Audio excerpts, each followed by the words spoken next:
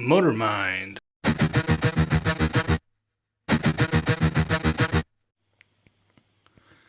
folks, Motor Mind here. Just thought I'd do another quick Scotty review video. Just something I noticed as watching a recent upload of his. So let's just start the video here. Here we have a typical problem. The driver's window went down and wouldn't come back up. Now in an emergency, the plastic garbage bag will keep water out. Well, mainly we had a big storm and some of them came in. But let's face it, you can't drive like this. You can see in front, but you can't see anything going on the side. So not a safe way to drive around. Now many things can do this, but let's start it up. Check a few of them. Okay, the driver one's broken. What about the other side? That's working. The rear one, it's working. This one, it's working, but this one's broken. So what does that mean? Well, that means the fuse isn't blown because there's only one fuse for the whole thing. Three of them work, this one doesn't. Now we can see here, it goes down, but look, it's stuck. It's supposed to go up and down. It's stuck, so that means the switch itself is broken. So no problem, later we're going to take the door apart, get the new switch, it should fix the whole thing. Now, I mean, you never know with electrical stuff. Could be the motor burn out the switch, but we know this. That shows right there how much Scotty knows about electrics, which in my opinion is very little. If a motor was burnt out, a motor had high resistance, it wouldn't burn the switch out. What it would do is it would cause a fuse to fail. A fuse is a designed weak point in the circuit to protect other electrical components, and it's designed that if it goes high amperage, it due to the motor being shorted or something like that, then the fuse fails. And that's the whole point of a fuse. So Scotty thinking that if a motor is got high, it's drawn high amps, it'd burn a switch out. No, that wouldn't happen. That's the whole point of a fuse, unless somebody's put like a stupidly high amperage fuse in, and then then allows higher amperage to go through, run through the circuit. But then a lot of times I would see more likely a wire would would heat up and melt before we'd have a switch really failing. So I highly doubt that, and this shows right there how much Scotty doesn't really know and understand electrics very well. Switch is broken. Well, the first thing you do is take all this. And if a switch is broken like that, that's definitely not up to high amperage. This is simply down to an old car, and it's the driver's side switch, which is the switch that's used the most in the vehicle. So it's going to get the most wear. It's going to wear out fastest. That's just the way, it's something that's worn out, used the most, is going to wear faster. Junk off. At least enough so it's accessible. Then while slamming the door open and shut, we're going to turn on the car, pull up the switch, and hope it'll go up one more time. I'm not exactly sure what he's thinking slamming the door open and shut is going to do. I don't know, he thinks there's like a electrical brake or something like that. But I don't really think slamming the door is going to suddenly magically make the window work again. Yeah, no. Alright, well at first you don't succeed, try again. Now we're going to try a little bit of needle nose pliers, because as you can see there's a lip here. So now he's going to take his needle nose pliers and just grab on the glass, he's going to tug on it. That's a very good way of breaking the glass, and then he's going to be liable to replace the customer's driver's door glass because he's gone and cracked it and broke it because he's grabbed on with a pair of pliers and started yanking and tugging. If you look on this here, see how this is sitting there. I'd say right there, just the way that's sitting, that there's more likely a regulator issue. Then I would say that and tugging on it's not such a big issue. There's something else is going on that's not sitting right in the tracks. We can grab. I can pull it up a little, and just to go back here, just a second here. First you don't succeed, try again. Now we're going to try a little bit of needle nose pliers, because as you can see there's a lip here that we can grab. I can pull it up. Let's see here. Scotty's been crying in front of us anyways. That's broken, that's cracked, that's cracked, that's cracked. Scotty's been trying this. I think it's actually a break right there. So this window, he's been grabbing on anyways, because obviously you can see where he's grabbed on it, he's actually cracked this glass. So he's already broke it. So Mr. Kilmer, you owe this customer a new driver's side glass. If I had that as my car, then I'd be obviously telling him he needs to replace the glass because he's broke it. Well, but alas, it only goes so far. It goes up a little. Cranking on that. up. So in this case, the switch is just completely falling apart and it's not doing anything. The other ones work, well, it's going to need a new switch. Inside here, you pop out the little cover, then they have these stupid heads on here, so you need a special tool. Now, what you have on here, so you can see that, that's a Torx bit. Torx bit's not a special automotive tool. It's not a special tool. You can buy those anywhere. In fact, 90% of the bits I own for magnetic bits come with the Torx in them. It's not a special tool at all. He's just, I don't know why he's making out some sort of special tool. It's not. It's very, very, very common. Every single car manufacturer uses them all around the world, and all over the place. You know, in door panels, in the engine bay. It's just a very, very common type of head on a screw for, especially in the automotive field. It's a machine screw. It is. They can't use a Phillips head screwdriver, right? They got to use these special ends. So you need special tools. Spot being a mechanic, I got all that crap. Here we go. Everyone known to man. Well, I'm guessing a T15. And what do you see? Did I guess right? Yes, the T15 torque. So with the right one in, we just unscrew the two. There's one, there's the other. That's the one thing to remember. Scotty hates Dodge. He does not like to manufacture whatsoever. So he's going to find any and all faults he can with this and make up stuff like that. They're using special tools and special screws. You gotta have to remember he's very, very biased, and he hates Chevrolet, he hates Dodge, and he's gonna just make him out to be the worst thing ever. But it's not. It's an old car. As you can see, the whole stupid thing slides out. There's the switch. Yeah, it's a stupid thing, but that's actually quite clever. I've worked on many different manufacturers, and most of them you have to take the whole door card off. The fact that you can just undo two little Torx bits and that whole bit comes out, that's actually quite convenient and quite clever. And that I think is quite handy. It's quite nice. I said it'll take you about 5 minutes to get that out, if that, not even. So no, that's actually quite good. Believe me, that's a good thing. It's assembly itself. Now try it off. You just pull these tangs, off it comes. You don't have to buy the Look at that. See how easy was that? You don't have to take the door apart. Just exactly. It's not stupid. It's quite good. They just snap out of the holes. And you buy this whole assembly. Well, here we go with a new part. We'll see if it works. So we'll snap it together. Pretty easy to do. They just snap in place. There's one, and there's the other. We can hear it going up and down. Right. But it's still sticking. Now we can hear it. It's making noises, but the window regulator's broken too. Even when I as I called that by looking at how the window was sitting, the regulator's gone, so that's pretty obvious. Hold it up with pliers. When I turn the switch, it won't go up because the window regulator motor assembly's broken too. Which is right there. Look at that. How easy and convenient. These Dodges are. Everything's broken. Now that's actually quite a common fault in a lot of different manufacturers, not just Dodge. Dodge did suffer a little bit with it here and there, but I've worked for Land Rover. They have issues. You're talking about expensive regulator. Replace a Land Rover, a Range Rover regulator. I've worked with Toyotas, Hondas, Nissan, Renault,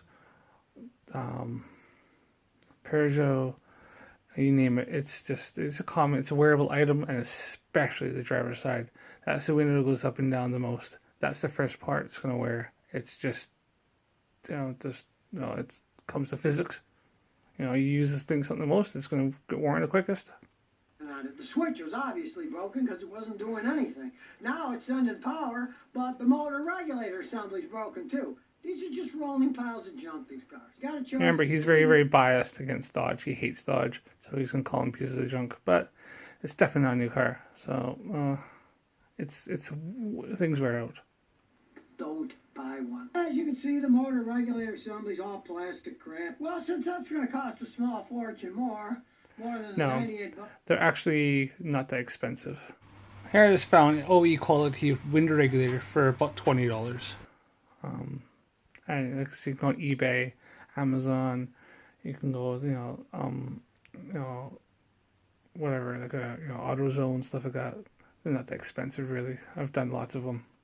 For the switch, the customer decides he's going to have $98 for a switch, so I just got ripped off. Here I found a switch pack for $20. So $98's way overpriced. I'm going to remove the motor assembly and just put the window up and clamp it in place. So at least we'll have the window up in the air. Sorry, let's go back a little bit here. Right, the customer decides he's going to have me take the door apart, and I'm going to remove the motor assembly. Oh yeah, because the customer's cheap. Put the So window up and clamp it in place, so at least we'll have the window up in the air. So I'm going to take the door apart. Take this off. really, if you're paying the labor to have the whole door card taken off for the price of this the regulator and the motor, is probably might as well just do that. It's only going to be another $50 or $60, if that. The only thing you gotta do is unplug it, that's all. Then the rest snaps off. Sorry about that, It does Edwards. snap apart. Up it goes. And off. And here's the stupid motor assembly. Nice and convenient. T15. This one's a T27, but it's the same thing. It unscrews. And once you unscrew the 3 screws, you just fire the motor. Nice and easy. And you can see all the inside stuff is broken. So rather than replace all this crap, we're just going to get it back up in the air. But first we need wire clippers, and we're going to cut all the wires that are broken and get them out of the way. Now normally I use radiator clamps to clamp the glass up. It rides on a little metal rod. But in this cheap... So he's talking about like really old school power windows from back in the 80s, 70s, and 80s, even earlier, where they used the kind of looked like a scissor lift, and it had like a kind of had like a looked like half like a quarter of a cog of a sprocket. This is what Scotty's referring to be able to clamp up this window regulator. It's from the 1970s, which is only cars that Scotty could actually probably work on properly. And he used to run that, and he used to run up and down. Yeah, it was a better system, but very, very heavy, and you're talking, running much higher amperage, much more wear and stuff like that. And those did fail too. I've seen loads of those. Usually motors do burn out in those because they were susceptible to a lot more resistance and stuff like that, and they heat up really quick. So he's talking like old school technology, which is what Scotty is. He's old. He's just only knows old stuff. New stuff just freaking blows his mind. He just can't handle it. Piece of crap. Everything's plastic. So I had to take the plastic. Now, speaking from my experience and see how that comes off, and I have worked on these vehicles. That's actually really, really good. That's really look how convenient that is. A whole panel comes off, opens up your whole door. You can get right in there, get what you need fixed. You can get the window. If the window breaks, you can get a window out, a new window in there. Which Scotty should be doing because he's broken that one, and replace, and it's quite convenient, quite easy. Look at that. I've worked on ones which you're fighting everything. I have little tiny holes everywhere. You're trying to get it in. You got to try to get the window in. You got to fight it in. You got to stick it in the top. And you can barely get in there. If there's an issue, try working on like something like a Mini, or working on like a French car or something like that. That's dead easy. That's quite a clever system. And since there's no metal rod going up, we're going to use that. No manufacturer uses that. Holds the windows up that's broken. There's still the cable, and we're going to wrap the cable around and bolt it in place so the window stays up. Customer doesn't buy a whole motor, window regulator. It doesn't need a motor. It just needs a window regulator. The motor, as you can see, is a separate entity, and the regulator runs on the back of that. All your cables and stuff will attach. It'll all just there'll be screws. I don't know if you can see on this, but there'll be a few screws. There'll be rods like tracks run up and down here and there. What the assembly attaches to, that the window sits in, and they'll bolt into that. And so to get this off, you got to unbolt those, and the tracks would be inside the inside the door. Dead easy to see. You couldn't see it because he didn't pull the whole panel off, but yeah, it's the motor is actually completely separate. So if he's trying to tell the customer he needs a motor, but the motor's working because we heard it working, all he needs is just a regulator, which that's why he thinks it's so expensive, but it's not. That's the crap, one of the worst designs ever. Not worst design, it's actually a very good design. Like this, it would be Chrysler. So now wire will hold it up and it won't fall down. Oh, by the way, Toyota uses the exact same freaking design, and so does Honda, and so does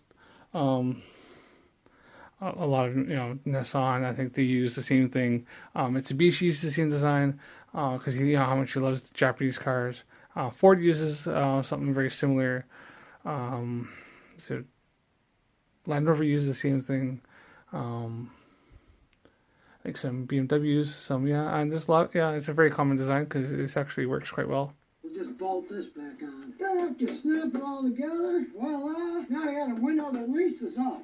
You can get in and out, you just can't hold the window down anymore. But then again, you didn't have to spend a small fortune on a motor and regulator. Didn't need a motor. You can't just... See, it shows Scotty's oversold something. It doesn't need a motor. The motor was absolutely fine. As you can see, he pulled it out. It was working fine. Didn't need one. Hurry up like I did with the stainless steel wire. Car's not worth much anyways. As you can see, it's got 204,000 miles on it. Being a So there you are. So the thing's got 204,000 miles on it, and the window regulators just failed down. The driver's side one. All the other ones work absolutely perfectly fine. That's quite high, and it's a lot of mileage. If you think for the driver's window that's up and down, going to drive-throughs, hot days, you know, that's the one that's used all the most, and it's just the switch, and the regulators only just failed now. I'm going to guess that car is probably around, it's going to be 15, 16 years old, maybe, you know, around there. He didn't show how old it is, but it's 200,000 miles on that vehicle. I think that's done pretty well. I wouldn't call it a piece of crap. If it had maybe 4,000 miles, if it had like, you know, maybe 40,000 miles, then yeah, maybe. But 204,000 miles, that's doing pretty good for a window regulator, especially driver's side one. It is certainly on its last legs, considering the right rear door's all smashed. So you've seen it on the last legs, but this has nothing to do with build quality. This is due to a stupid driver who's actually hit something. So the car is being abused. I mean, there's marks back here. Somebody's ran into something. There's nothing to do with build quality. That's to do with driver error and, you know, stupid, obviously somebody who doesn't take care of the vehicle. Then it doesn't open anymore. And obviously it's cheap because he didn't want to put a freaking regulator in it. So, yeah, and this kind of shows there the fact that Scotty thinks that a over amperage motor is going to burn out the switch and not actually take a fuse out first.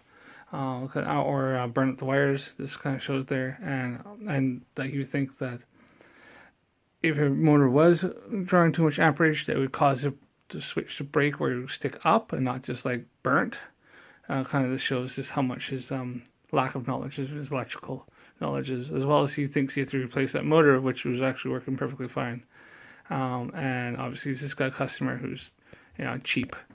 And you know, really down to it, you could probably even, the switch probably wasn't actually that broken. It looks like this little part you pull up and down, the rocker probably wasn't working very well, and you can get those separately, or you can actually disassemble that and just replace just the switch itself, instead of the whole switch pack. But it's electrical, and Scotty is not very good electrical, as we all know. So thanks for watching. Click that subscribe, click that like button, and we'll see you again. I'll be putting up more repair videos. So enjoy. Thanks for watching. Bye.